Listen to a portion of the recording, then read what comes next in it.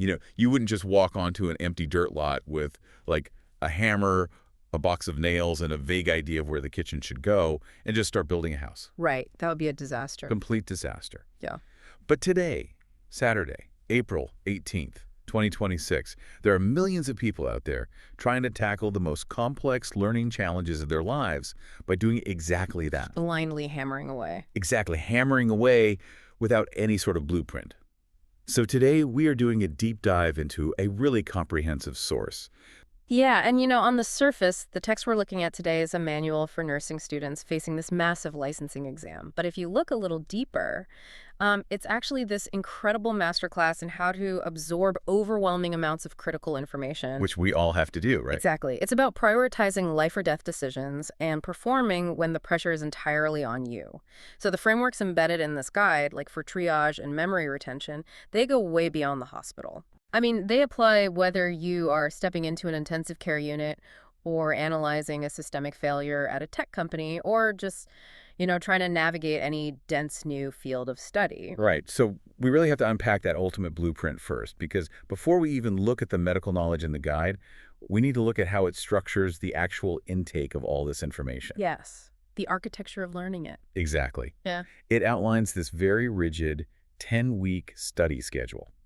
And it's designed specifically to short-circuit that natural human instinct to just panic and cram. Because cramming is, it creates an illusion of competence. Right. You feel like you know it because you just read it. Yeah, but the guide explicitly warns against it. Forcing data into your short-term memory overnight just doesn't build the neural pathways you need for complex problem solving. It just leaks right back out. Exactly. So instead, it demands this chronological approach. Weeks 1 and 2 are strictly for content review. Okay, so just review. Yeah, this is where you allocate dedicated days to high-yield subject areas. So pharmacology one day, maternity the next, pediatrics after that. You are just laying the foundation. So kind of gathering the raw materials, you're reading the text, organizing the notes, but then the guide forces this hard pivot. A very hard pivot.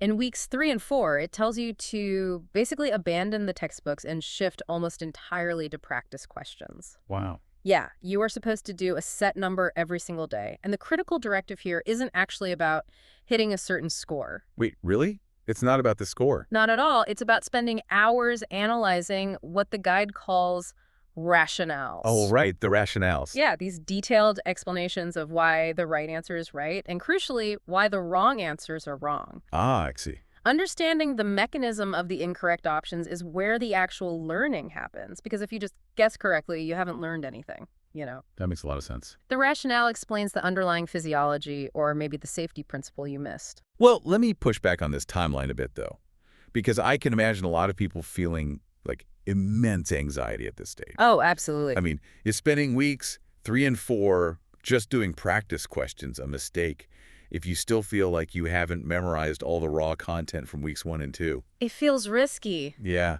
it feels like jumping into the deep end before you finished your swimming lessons. Right, and that anxiety is nearly universal, but the source explicitly addresses it. It basically says, look, you will never feel like you have memorized everything. You just have to accept that. Exactly. The practice questions at this stage, they are not a test of your worth. They are a diagnostic laser. A diagnostic laser. I like that. Yeah, they are designed to expose exactly what you don't know. So by forcing yourself to answer questions and read the rationales, you are creating a targeted map of your vulnerabilities. So you're finding the weak spots in the foundation. Precisely. That way, when you reach weeks 5 and 6, which are dedicated entirely to reviewing weak areas, you aren't just blindly rereading chapters you already understand. You're actually patching the specific identified holes in your blueprint. Exactly. Okay, so that logically flows into weeks 7 and 8, where you're doing full-length simulated exams to build stamina. Right, testing under real conditions. But then weeks 9 and 10, which are purely for high-yield review, the guide says you should be focusing on relaxation. It actually tells you to stop learning new material. Stop entirely, yeah. Because cognitive fatigue will just destroy your ability to synthesize information. Wow. The text leans really heavily into time management and cognitive preservation strategies. It specifically highlights the Pomodoro technique. Right, Pomodoro. For those listening who haven't used it, Pomodoro involves working in highly focused intervals, usually about 25 minutes, followed by a strict 5-minute break. And that strict break is non-negotiable. It forces your brain to stay engaged without hitting that wall of diminishing returns. Because, sitting at a desk for 6 hours straight doesn't actually mean you studied for 6 hours. Yeah, it usually means you studied for 2 hours and stared at the wall for 4. Exactly. You're just exhausted. And the guide treats self-care, like eating, exercising, sleeping, as a core academic strategy. A sleep-deprived brain simply cannot execute the high-level prioritization required in critical care. Okay, so you have the blueprint. Mhm. You protected your cognitive energy. But what happens when the house catches fire while you are building it? Things go wrong. Right. You've memorized the textbook, but suddenly you are in a real clinical scenario, alarms are blaring, and, I don't know, 4 different things are going wrong with a patient at the exact same time. How does this blueprint stop you from freezing up? Well, that requires a rigid framework for triage. The study guide provides 2 golden rules for prioritization. These are basically the absolute backbone of nursing decision-making. Okay, what are they? The first is the ABCs, airway, breathing, and circulation. And the second is Maslow's hierarchy of needs, which dictates that fundamental physiological and safety needs must be addressed before anything else. That ABC rule is essentially the Control-Alt-Delete of nursing. Oh, I like that analogy. Think about a frozen computer, Right. right? You don't start worrying about updating your software or organizing your desktop folders. No, you'd be crazy to do that. You hit Control-Alt-Delete to pull up the task manager and check the basic operating system.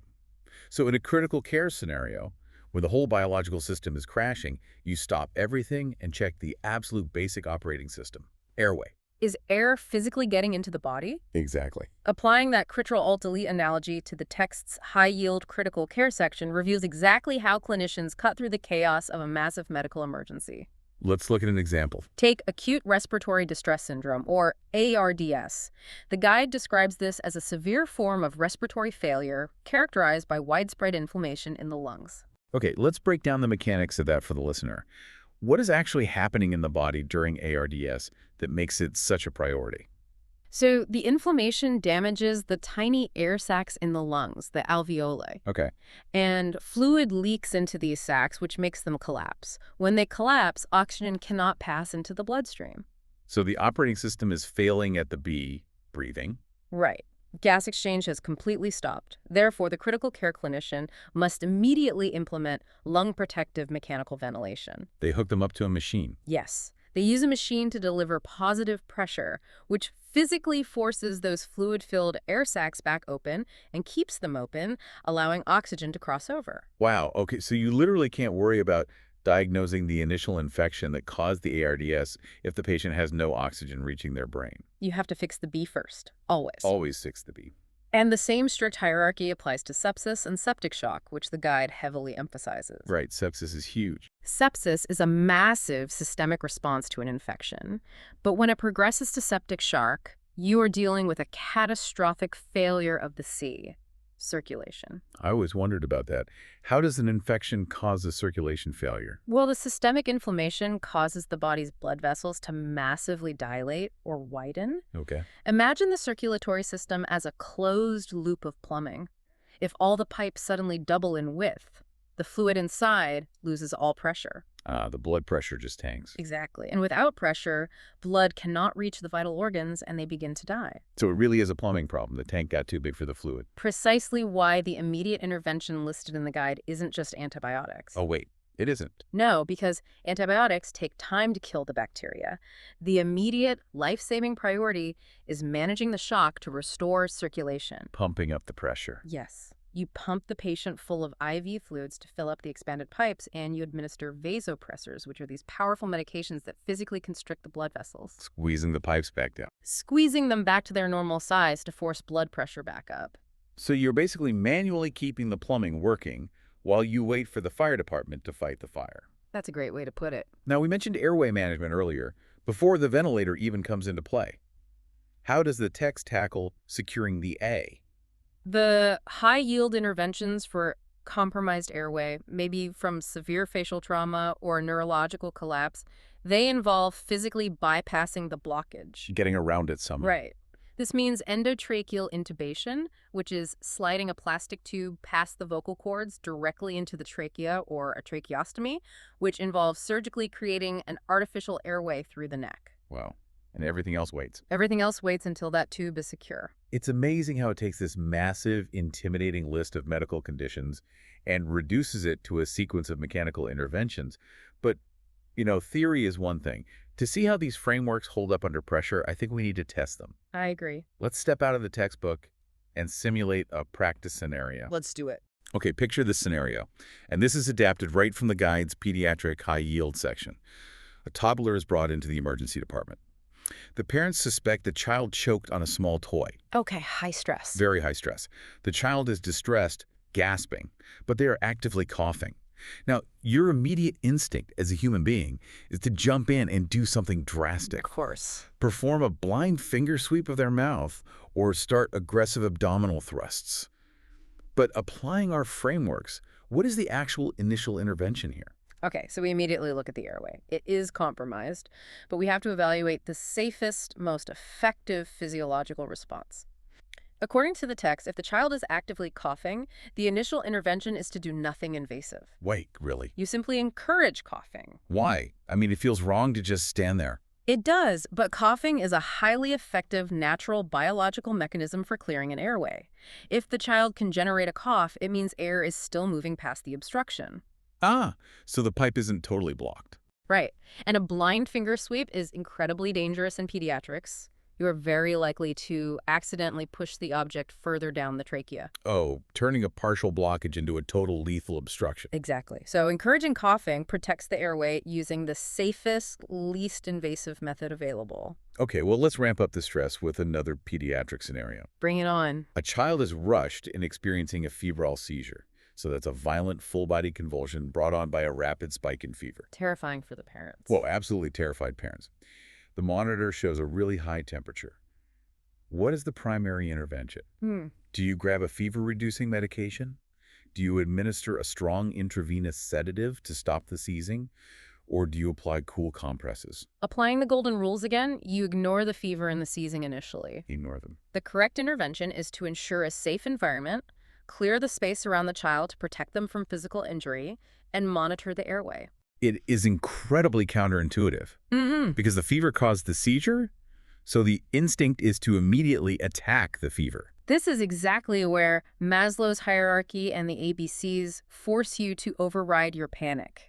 Right. The text teaches that during the acute crisis of a seizure, the high temperature isn't what's going to kill or permanently maim the child in the next 60 seconds. Well. Smashing their head against a table or choking on their own saliva because they lose control of their airway muscles, those are the immediate threats. Wow. So you secure the safety of the environment first. Yes. You position them to keep the airway open second. And only after the immediate physical threats are neutralized do you treat the underlying cause. This philosophy completely shifts your perspective. You aren't just memorizing interventions. You are really learning how to suppress your own panic. You have to save the patient. And speaking of pediatrics, I want to challenge one of the rules the guide emphasizes. Okay, what's that? When calculating medication dosages for children, the source is adamant that it must be based on the child's specific individual weight, not their age, not a standard formula. That's correct. But wait, in a critical emergency, pulling out a calculator to figure out exact milligrams per kilogram takes precious time.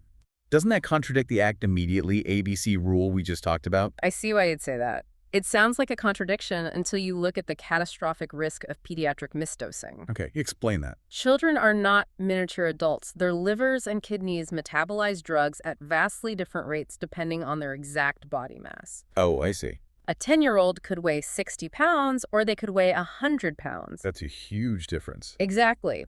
If you bypass the math to save 30 seconds and give a standard 10-year-old dose of a powerful sedative or a cardiac drug, you risk a massive lethal overdose or an entirely ineffective underdose. Both of which are terrible. Taking the time to calculate the weight-based dose is the ultimate safety check. Which actually bridges us perfectly to the final and arguably the most pervasive theme of the entire study guide. Safety. Right. We saw it in the seizure scenario, prioritizing the safety of the environment over the medical intervention. The guide presents baseline safety and infection control as the ultimate trump card, both for test-taking and real-world practice. The guide offers a specific, overarching rule for navigating complex, multiple-choice questions. It states that if an option ensures the patient's baseline safety, it is almost always the strongest choice. Even if other options sound more medically advanced. Even then. The guide dedicates a huge portion of its high-yield sections to what sounds like very basic administrative tasks, like standard precautions, isolation protocols, strict hand hygiene, and sterilization techniques. The basics. Yeah, but why is something as seemingly simple as washing your hands heavily tested right alongside incredibly complex concepts like vasopressors and hemodynamics? It's just the source doesn't view infection control as a basic entry-level skill to be learned once and forgotten. It's not just a checklist. No, it frames it as the ultimate systemic of vulnerability. Why? Think about the intensive care unit we discussed earlier. A hospital can invest millions of dollars in state-of-the-art ventilators. A highly trained critical care team can perform a flawless endotracheal intubation. Yep. They can perfectly balance a patient's vasopressors to survive septic shock. But if a single clinician skips a 30-second hand hygiene protocol and introduces a resistant strain of bacteria into that patient's central line, The entire system collapses. exactly, the patient dies not from their original illness, but from a healthcare-associated infection. It renders all that advanced medical knowledge entirely useless. Completely useless. Yeah. Isolation protocols work on the exact same premise. They aren't just suggestions, they are physical barriers designed to break the chain of infection. Like wearing PPE. Yes, wearing a gown, gloves, and an N95 respirator for a patient with airborne tuberculosis prevents the clinician from becoming a vector who carries that pathogen to 6 other vulnerable patients on the floor. Right. The text demands that you view safety as the umbrella over every other medical intervention. If you fail at safety, you fail the patient. It's all about risk mitigation. The guide also heavily emphasizes identifying adverse events, reporting medication errors, and implementing fall prevention strategies. Safety first, always. So, for you, the listener, whether you are analyzing a medical case study or looking at a massive logistical problem in your own industry, the text offers a really powerful clarifying question when you're faced with competing priorities. Which is? Which of these options makes the entire system safest right now? I love that. It strips away all the noise and forces you to look at the structural integrity of your operation. We've covered a massive amount of ground today. I mean, we started with the architecture of learning, building a 10-week study planner, recognizing the physiological necessity of the Pomodoro technique, Taking those breaks. right, and using practice rationales as a diagnostic laser to expose weak points rather than just relying on cramming. And we then took that blueprint and applied the ABCs, airway, breathing, circulation, and Maslow's hierarchy of needs to critical care crises. Figuring out the mechanics. Yeah, understanding the physical mechanisms behind treating ARDS and septic shock. We tested those frameworks against pediatric emergencies, learning that sometimes doing absolutely nothing invasive, like letting a choking child cough, is the most profound medical intervention you can make. Trusting the biology. Yeah. We recognize that prioritizing a safe environment during a seizure supersedes attacking the fever. And we wrapped up with the ultimate trump card, patient safety and infection control. Recognizing that the most advanced medical technology on Earth is completely vulnerable to a breakdown in basic hygiene and safety protocols. So, if you were preparing for a licensing exam or maybe prepping for a boardroom presentation or just trying to master a complex new skill, the lessons from this text are universal. They apply everywhere. Build your blueprint before you swing the hammer. Identify your symptoms airway, and never assume that advanced knowledge makes you immune to basic safety failures. As we close out, I want to leave you with one final thought pulled directly from the text's test-taking strategies. Okay, let's share it. The guide explicitly advises, once you've chosen an answer, stick with your choice. Overthinking can lead to second-guessing and incorrect answers. Oh, we've all been there, paralyzed, hovering an erasure over a test sheet, doubting ourselves. Right. And on a standardized multiple-choice exam, the data actually proves that your first instinct, honed by weeks of preparation, is usually correct. Changing your answer usually means changing it to a wrong one. That is so true. But here's the dynamic I want you to mull over. The text tells you not to second-guess yourself on the exam. But in a real-world clinical setting, where human lives are continuously changing variables and systemic failures hide in plain sight. Is not a control test anymore. Exactly. So is a healthy dose of second-guessing yourself, like questioning your own initial diagnosis, rechecking a medication dose you calculated, doubting the alarms on a machine, is that sometimes the exact critical thinking required to catch an adverse event and actually save a patient's life. Wow, that is a fascinating tension. The blueprint and the rigid rules get the house built, and they help you pass the test. But once you are actually living in the house, you can never stop checking the foundation. Keep asking the hard questions, and we will catch you on the next deep dive.